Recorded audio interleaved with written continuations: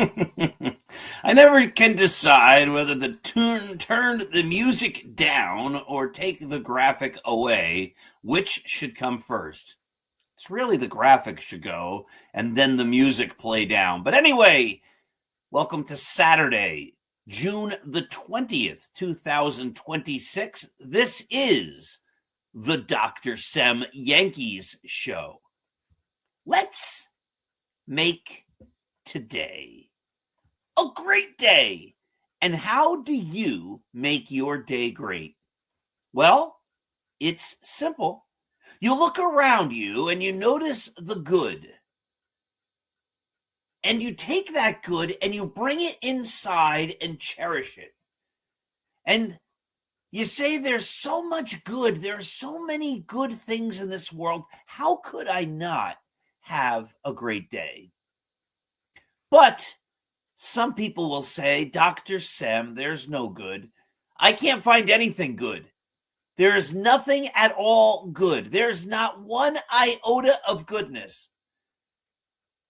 And if that's the case in your life, that's sad. But that does not have to be the end of it. No, not at all. If there is no good in your life, you still have the ability to create good. You can make good. Do something nice for someone else. It's that simple. If you create good, then there's goodness in the world, and you can bring that goodness into you and hold on to it and cherish it and appreciate it. Appreciation is one of the most important aspects of living a great life. The more we appreciate, the less we focus on ourselves and the more we focus on others. But when you have that goodness, give it away. Share it with others. Give them love and kindness and respect and understanding. Remember, when we give love, it comes back to us in greater amounts than we ever gave. All right, let's talk a little New York Yankees. My goodness, what is going on with the Yankees? You know, for years and years and years, on many different programs with many different hosts and friends, we have been decrying the Yankees. And we've been talking about June swoons. And all of a sudden, here we are. We have this team, the New York Yankees, the first place New York Yankees, 3 games over Tampa Bay right now, 46 wins, 28 losses. And they are, in a word, rolling. They beat the Red Sox 6-1. Then they beat the Guardians 7-5. Then they beat the Guardians 3-2. Then they beat the Guardians 8-4. And then they played the Blue Jays and they lost 8-5. See, here it comes. They're going to lose. Then they beat the Blue Jays 3-1. Then they beat the Blue Jays 8-3. Then they beat the White Sox 12-2. Then they beat the White Sox 10-5. Then they lost the game to the White Sox. And then last night they beat the Reds 5-0. Holy cow. They're doing this without Trent Grisham. They're doing this without Max Fried. They're doing this without Giancarlo Stanton. But most of all, they're doing this without the great Aaron Judge. What? Wait. What? It's June and the Yankees are in first place and they're not barely hanging on. They're just, oh my goodness, if they just could win a game, that's not happening. They're holding on with muscle and strength. They're dominating right now, and they're dominating at the exact moment when don't tell me I knew they'd do well. When Judge went down and Fried went out, I knew. I just said, because this is what so many people do. They so much want to be correct that they just make stuff up. You know, I was the guy who said as soon as Max Fried went down that was going to propel the Yankees to winning. I was the guy who said when Aaron Judge got hurt and they predict him being out for most of the year, that was going to be the impetus to the Yankees' success. Nobody said that. This is the exact opposite of what we're expecting for June. We are expecting, or had been expecting, as Yankee fans, to be decrying the fact that they're not deep, that Brian Cashman didn't do a good job building this team. Their catching is terrible. Their shortstop is terrible. Their outfielders can't play worth a lick. Trent Grisham's terrible. Spencer Jones is overrated. Jason Dominguez isn't what he could have been. This is what we were expecting to say. Aaron Boone can't manage. They just keep losing. Nothing is working. And here it is, 20 days into June, 2/3 of the month already completed, and the Yankees just don't lose. They just keep winning and winning and winning. And you know what? It is a pleasure. It is a pleasure to come on here on an early Saturday morning and say, holy cow. It's fun to watch the Yankees. Yankee fans have been wanting this for so long. We've been wanting a season where things just seem to fall into place, where even the bad news doesn't become bad, and they somehow find a way to win. And that's what they're doing. They just keep winning. I'm going to write this in an article next week. I was thinking of this as I was watching the middle innings in the game last night.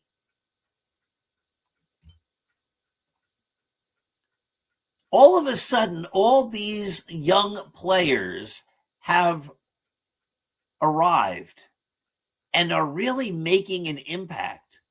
Spencer Jones, Jason Dominguez, dare I say, and we're going to talk about him in a minute or two, probably 5 minutes the way this goes. Maybe I won't even get to it, but Anthony Volpe, Will Warren, Ben Rice, Cam Schlittler. Like all of a sudden, there's all these young Yankees that are doing pretty well, very well, or exceptionally well. It's possible the Yankees could have the Cy Young Award winner this year and the MVP. That's possible. And they could be two different players. It could be Ben Rice, American League Most Valuable Player, Cam Schlittler, American League Cy Young Award winner.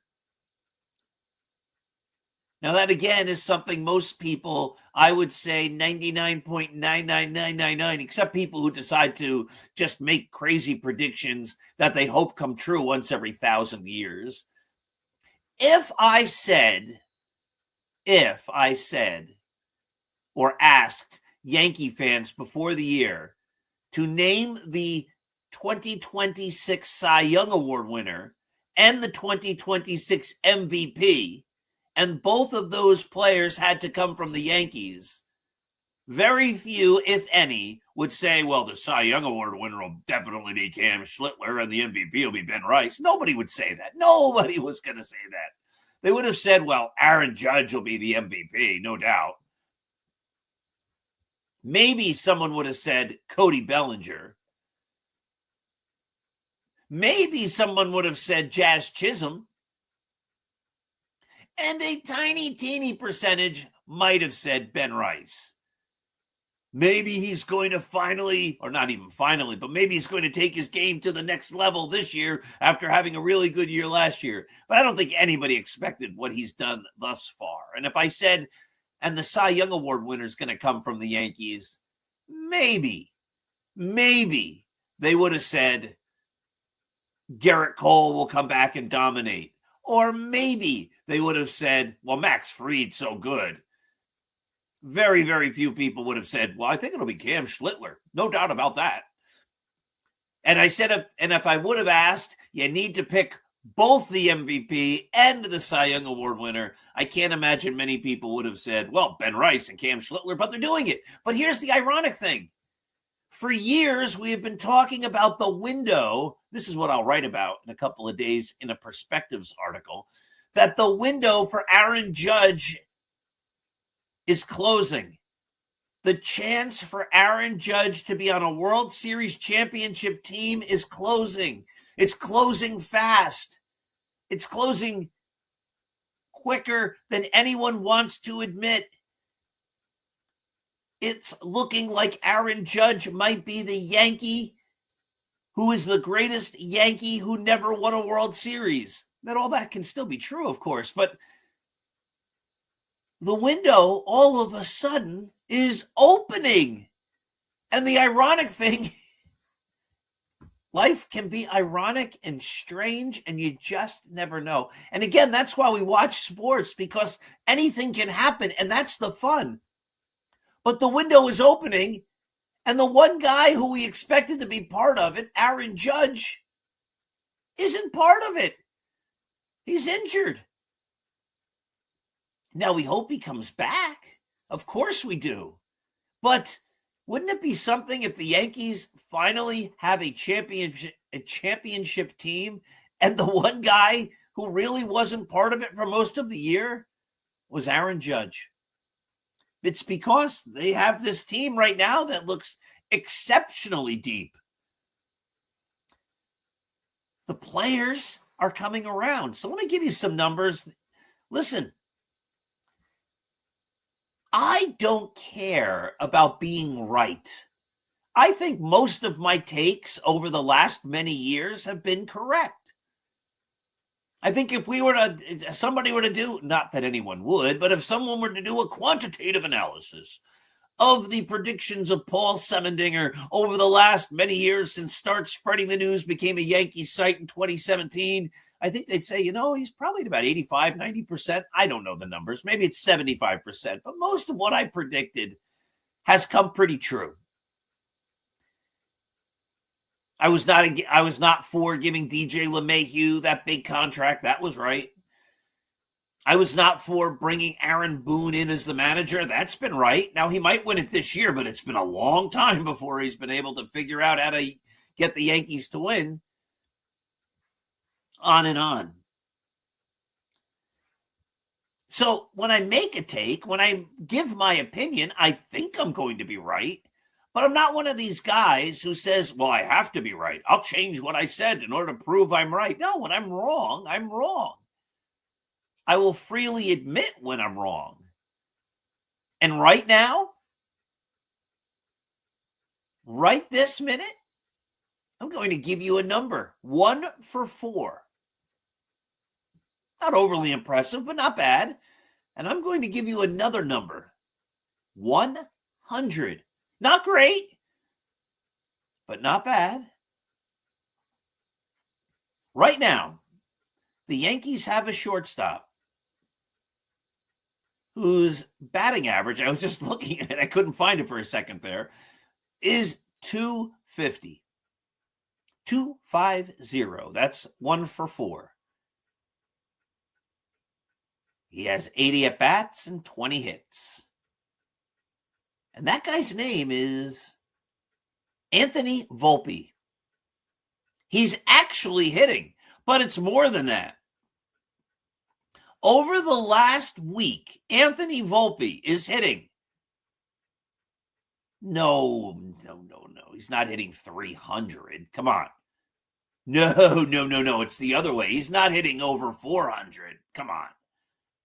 Over the last week, Anthony Volpe is hitting 538. 538. The kid is on fire. And all of a sudden you start to think, has he finally figured it out? Over his last 2 weeks, he's hitting 300. Over the last 28 days, he's still hitting 263. Is it possible, finally, that Anthony Volpe is ascending to be a quality major league player? His OPS plus which, if it's 100, is league average. And if it's under 100, it's below league average. His OPS plus for the season, right this moment, is 104. He has been an above average, barely, an above average hitter. And until this hot streak, it looked like he wouldn't be. Maybe I was wrong about Anthony Volpe in his 4th season. Maybe he's turning it around. Maybe he's turned it around. Again, we're all rooting for Anthony Volpe. Some people say, why the Volpe hate? It's not Volpe hate. It's until recently the kid couldn't hit as a major leaguer. And my goal as a Yankee fan, my wish, my desire is for the Yankees to win.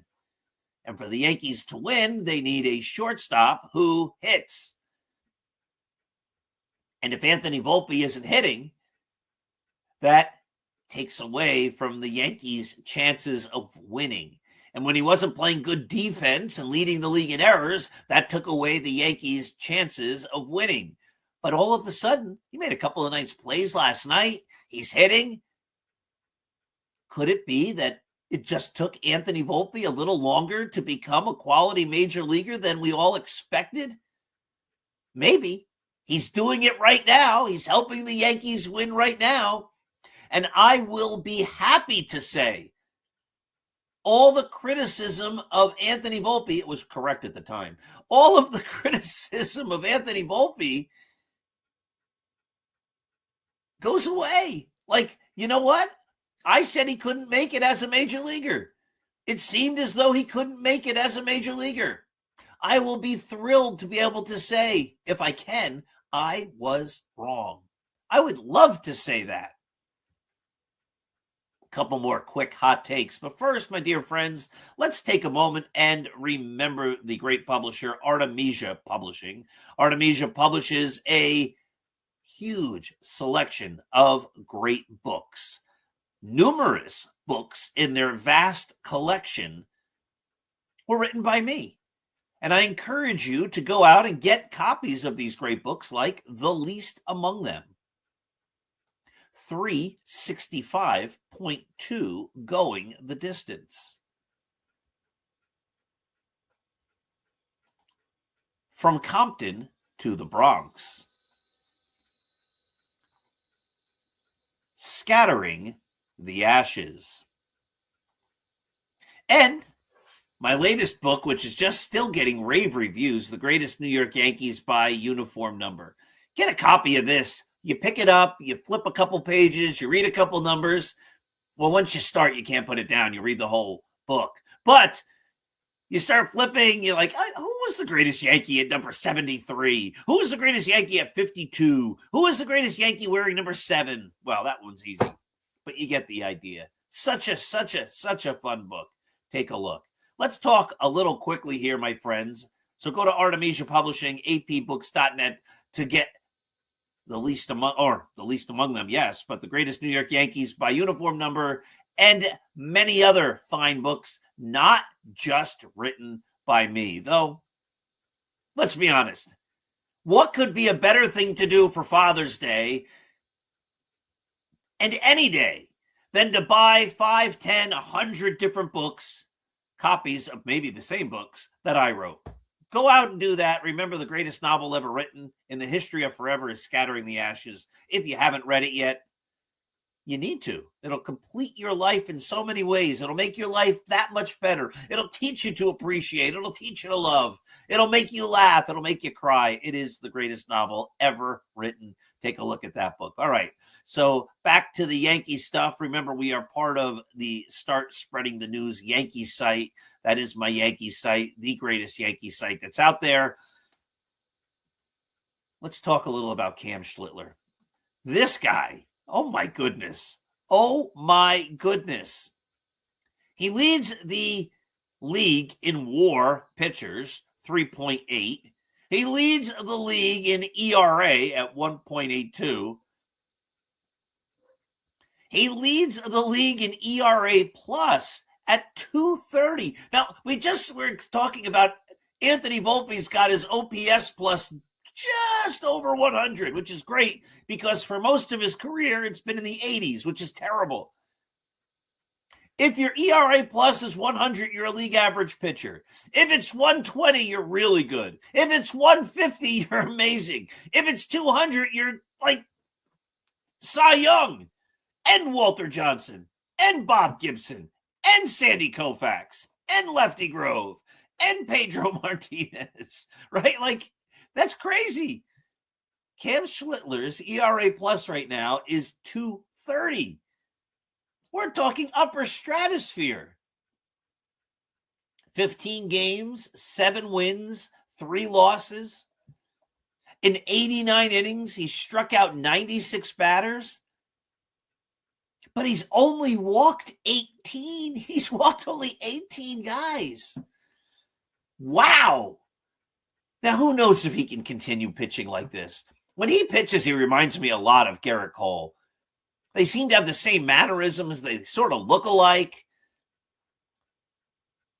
I mean, he has been amazing. He has been tremendous. One sad thing, and it's not sad, it's just the game has changed. After he got his 12th or 13th strikeout last night, the Yankees put up a graphic, most strikeouts in a single game in Yankees history. And I remember as a kid watching the Guidry 18 strikeout game.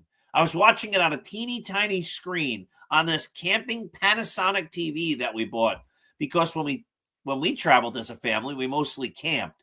And we got a little tiny TV to bring to a campsite. No cable, all over the air with an antenna.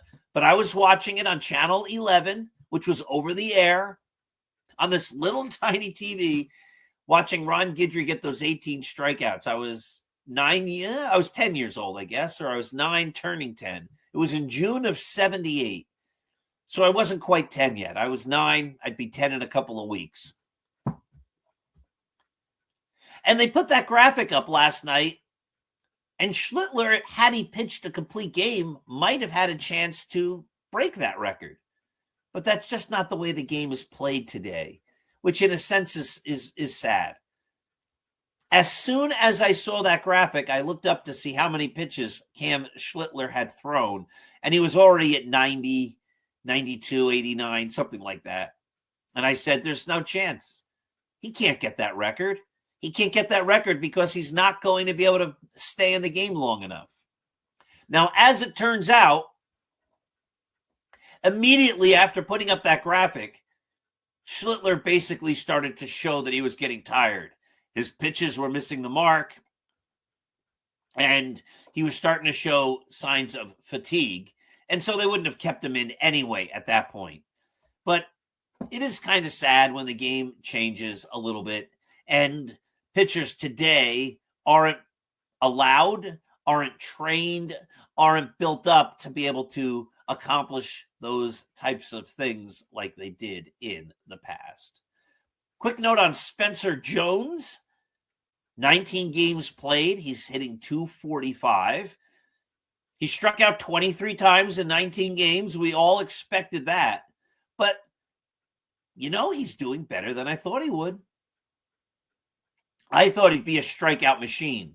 I thought he'd be averaging 2 strikeouts a game. So he has 23 strikeouts in 19 games. I would have predicted in his first 19 games he would have had 38 strikeouts or close to 38. Let's say 35 strikeouts. That's sort of what his minor league numbers indicated would happen. Since he's come back to the major leagues, there's a lot less movement in his batting stance. He's not up and down and up and down. He's down. I don't necessarily love the stance, but if it works, what do I care? But he's not moving all over the place, and the results are coming. Wouldn't it be something if Spencer Jones turned out to be the real deal? Couple last notes here, my friends. I was going to get into something. I'll put it in the Perspectives article. Go to Start Spreading the News next week. You'll see. It has to do with not necessarily plagiarism. It has to do with borrowing content. My dear friends out there, if you like the content, and I hope you do, here or on Start Spreading the News from me or any of the writers, we were taught you don't take someone else's ideas and pass them off as your own. We just don't do that. That's called plagiarism.